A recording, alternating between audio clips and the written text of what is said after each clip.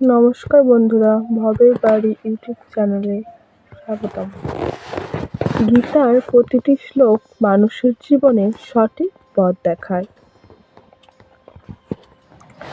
এখানে শুধু ধর্মীয় উপদেশ নয়, বরং জীবনের কঠিন পরিস্থিতিতে কিভাবে সঠিক সিদ্ধান্ত নিতে হয় তার গভীর শিক্ষা রয়েছে। আজ আমরা জানব ভগবদ্গীতার 12টি গুরুত্বপূর্ণ উপদেশ, যা মানুষের জীবনকে সঠিক পথে পরিচালিত করতে সাহায্য করে। 1 নাম্বার, কর্ম করো কিন্তু ফলের প্রতি আসক্ত হও না। ভগবদ্গীতার অন্যতম প্রধান শিক্ষা হলো মানুষকে তার কর্তব্য পালন করতে হবে, কিন্তু সেই কাজের ফল নিয়ে অতিরিক্ত চিন্তা করা উচিত নয়। ভগবান কৃষ্ণ বলেন, মানুষের হাতে শুধু কর্ম করার অধিকার আছে, কিন্তু সেই কর্মের ফল নির্ধারণ করার অধিকার নেই। অনেক সময় আমরা কাজ শুরু করার আগেই ফল নিয়ে চিন্তা করতে থাকি। এতে মন দুর্বল হয়ে যায় এবং কাজের প্রতি মনোযোগ কমে যায়। যদি মানুষ নিজের কাজ সততা ও নিষ্ঠার সঙ্গে করে এবং ফল ঈশ্বরের হাতে ছেড়ে দেয়, তাহলে তার জীবনের অনেক বেশি শান্ত ও সফল হয়।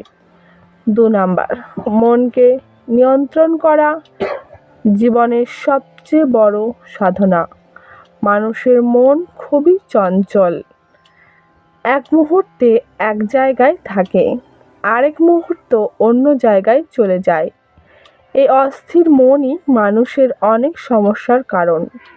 ভগবদ্গীতায় বলা হয়েছে, যে ব্যক্তি নিজের মনকে নিয়ন্ত্রণ করতে পারে, সে জীবনের অনেক বড় বড় বাধা সহজেই পার করতে পারে। ধ্যান, আত্মসংযম এবং সৎ চিন্তার মাধ্যমে মনকে ধীরে ধীরে শান্ত করা যায়। 3 নাম্বার, ধর্মের পথে চলা কখনো বৃথা যায় না। জীবনে অনেক সময় মানুষ দেখে যে অসৎ মানুষ দ্রুত সফল হয়ে যাচ্ছে আর সৎ মানুষ কষ্ট পাচ্ছে। তখন অনেকের মনে প্রশ্ন জাগে, সৎ পথে চলার কি কোনো মূল্য আছে? ভগবদ্গীতা বলে, ধর্ম বা ন্যায়ের পথে চলা কখনো বৃথা যায় না। হয়তো সময় লাগে, কিন্তু শেষ পর্যন্ত সত্য ও ন্যায়েরই জয় হয়। সৎকর্মের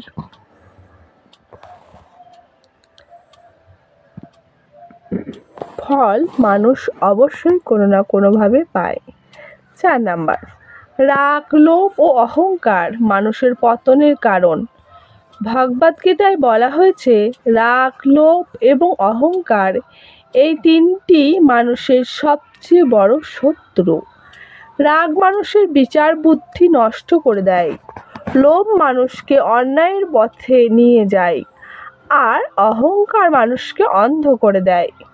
যে ব্যক্তি এই তিনটি দোষ থেকে নিজেকে দূরে রাখতে পারে, সে জীবনে সত্যিকারের শান্তি ও উন্নতি লাভ করে। এবার হচ্ছে 5 নাম্বার, আত্মা অমর, দেহ নশ্বর।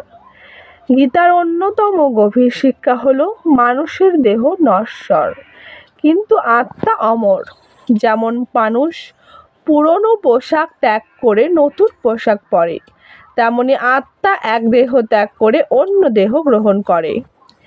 এই সত্যটি বুঝতে পারলে যে মানুষ মৃত্যুকে আর ভয় পায় না এবং জীবনের প্রতি তার দৃষ্টিভঙ্গি বদলে যায়। এবার হচ্ছে 6 নাম্বার, অন্যায়ের বিরুদ্ধে দাঁড়ানোর প্রকৃত ধর্ম।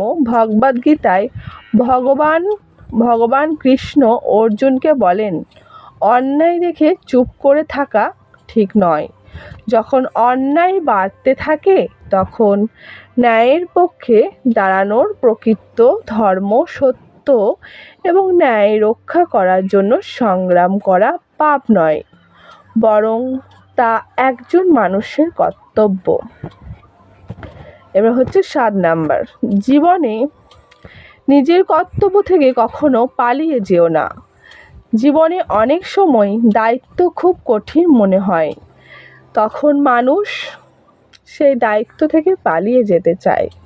কিন্তু ভগবদ্গীতা বলে নিজের কর্তব্য পালন করা হল মানুষের সবচেয়ে বড় ধর্ম।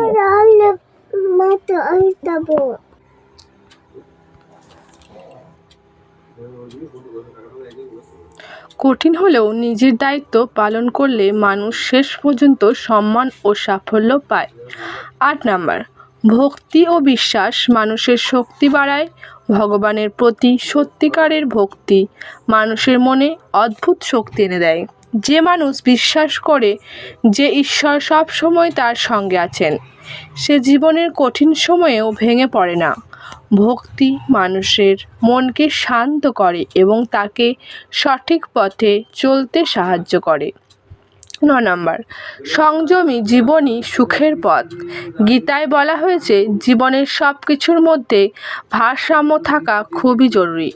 খাওয়া, ঘুম, কাজ এবং বিশ্রাম সব কিছু যদি ঠিকভাবে নিয়ন্ত্রিত হয়, তাহলে মানুষের শরীর ও মন দুটোই সুস্থ থাকে।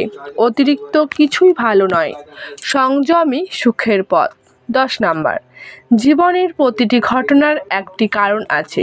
ভগবদ্গীতা আমাদের শেখায় যে জীবনে যা কিছু ঘটে তা কোনো না কোনো কারণে ঘটে। কখনো আমরা সুখ পাই, কখনো দুঃখ পাই, কিন্তু প্রতিটি অভিজ্ঞতা আমাদের কিছু না কিছু শিক্ষা দেয়। এই বিশ্বাস থাকলে মানুষ জীবনের কঠিন পরিস্থিতিতেও ধৈর্য ধরে থাকতে পারে। 11 নাম্বার, নম্রতা মানুষকে মহান করে। অহংকার মানুষকে অন্ধ করে দেয় এবং তাকে অন্যদের থেকে দূরে সরিয়ে দেয়। কিন্তু নম্রতা ও বিনয় মানুষের চরিত্রকে সুন্দর করে তোলে। যে মানুষ যত বড় হয় সে তত বেশি নম্র হয়। এটাই প্রকৃত মহত্ব। 12 নাম্বার, ঈশ্বরকে স্মরণ করলে মানুষ ভয়মুক্ত হয়। যে মানুষ নিয়মিত ঈশ্বরকে স্মরণ করে তার মনে ভয় কম থাকে, কারণ সে বিশ্বাস করে জীবনের প্রতিটি পরিস্থিতিতে ঈশ্বর তাকে পথ দেখাবেন। এই বিশ্বাস মানুষের মনে সাহস, শান্তি এবং আত্মবিশ্বাস এনে দেয়। ভাগবদ্গীতা শুধু একটি ধর্মগ্রন্থ নয়, এটি মানুষের জীবনের জন্য একটি পথ প্রদর্শক। যদি আমরা এর শিক্ষাগুলো নিজের জীবনে প্রয়োগ করতে পারি, তাহলে আমাদের জীবন অনেক বেশি শান্ত, সফল এবং অর্থপূর্ণ হয়ে উঠতে পারে।